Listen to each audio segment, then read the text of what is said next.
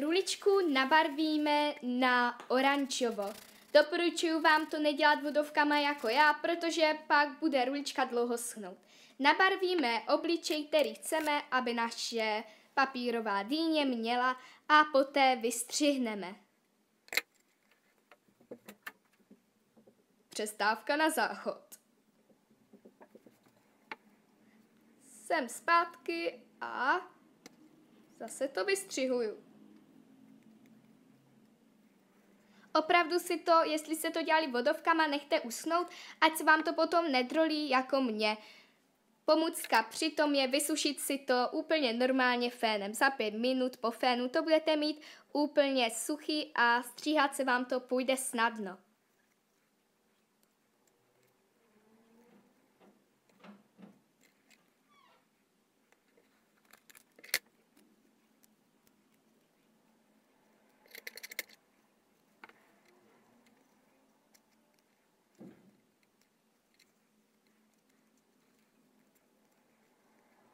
Nechtěla jsem se pitvat s tím vystřihováním zubu, tak jsem to rovnou vystřihla celý ten otvor. Vy tam můžete vystřihnout i ty zuby.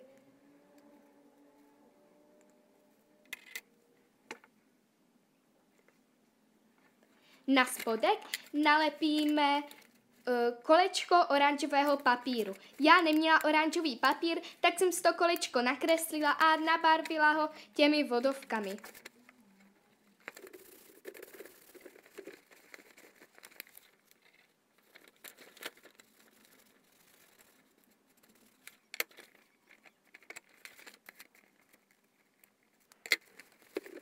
No, za chvilku, jak to budu lepit, tak jelikož ta rulička byla u mě ještě mokrá, tak jsem prostě, mi to nešlo přilepit lepící páskou, tak jsem přesně tady, někde, běžela za taťkou, aby mi to pomohl přilepit.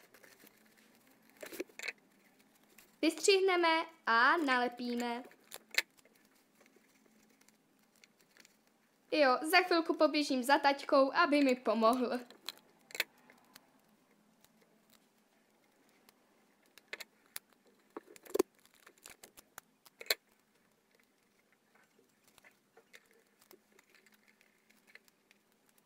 Přilepíme a máme hotovo.